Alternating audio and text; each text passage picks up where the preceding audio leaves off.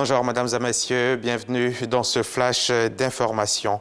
Les travaux de construction du métro d'Abidjan, c'est pour très bientôt. Les travaux vont donc démarrer effectivement dans les prochains jours, mais avant le top départ, le Premier ministre Patrick Achi a tenu à se rendre sur les rails de la ligne du futur métro d'Abidjan, cela pour voir de près l'étendue du chantier. Le reportage d'Alexis Ouedraogo à suivre tout à l'heure dans le 13h. Pendant ce temps, les autorités sanitaires ivoiriennes continuent de vacciner contre le virus Ebola. Hier, lors de la journée de vaccination, les autorités se sont concentrées sur un quartier d'Abidjan à Alakro, où la jeune Guinéenne est passée avant d'être hospitalisée. Selon le ministre de la Santé présent sur place, l'ambition est de vacciner 2000 personnes en 3 jours. Il en manque 1300 à vacciner en 24 heures pour les atteindre. Salima Toudia. Au quartier Alakro, dans la commune de Cocody, les habitants ont appris la nouvelle du premier cas confirmé d'Ebola en territoire ivoirien.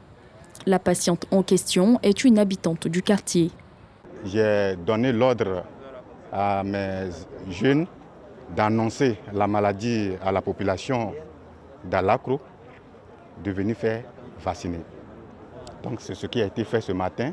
La solidarité demeure. Les populations ont été rassurées de l'état de santé de la patiente qui est à ce jour stable.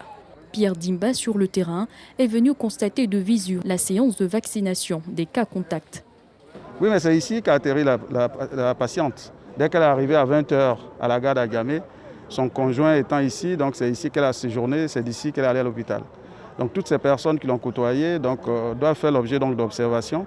Mais c'est pour ça que nous les vaccinons pour les protéger. L'objectif est de rompre la chaîne de contamination pour éviter que cette maladie se propage. La barre des cas contacts vaccinés continue d'augmenter. Ah oui, aujourd'hui on va franchir la barre de 500 personnes vaccinées.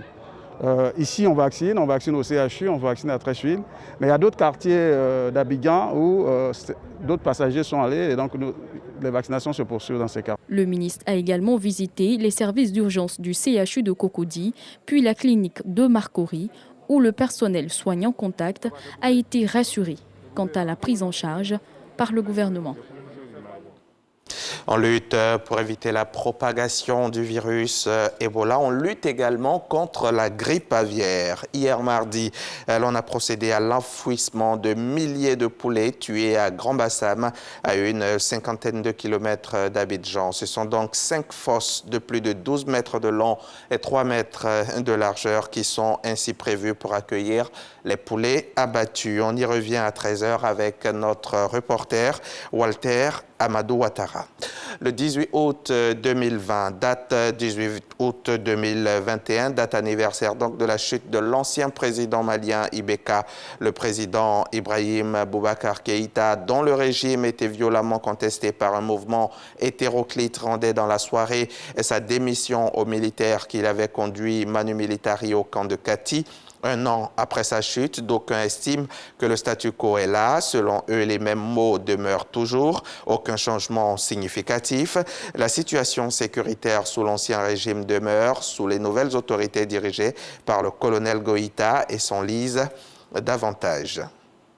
Le gouvernement nigérien a décrété à partir de ce mercredi 18 août un deuil national de 2 jours après le massacre lundi de 37 civils par des djihadistes présumés dans l'ouest du Niger, proche du Mali. Les drapeaux seront mis en berne sur toute l'étendue du territoire national.